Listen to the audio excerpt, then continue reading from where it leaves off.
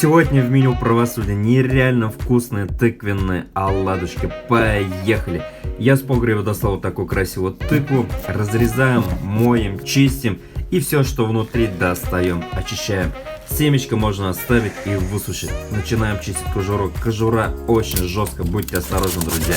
И пропускаем через терку. Туда добавляем сыр, добавляем чеснок. Я еще по вкусу добавил зелень. Можете добавлять, можете не добавлять.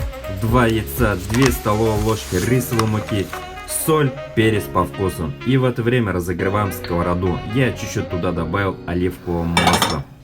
Все аккуратно перемешиваем и мы начинаем жарить. Жарим с двух сторон. Жарим до золотистой корочки. Друзья, поверьте, это ППшные, сногсшибательные, нереально вкусные тыквенные оладушки.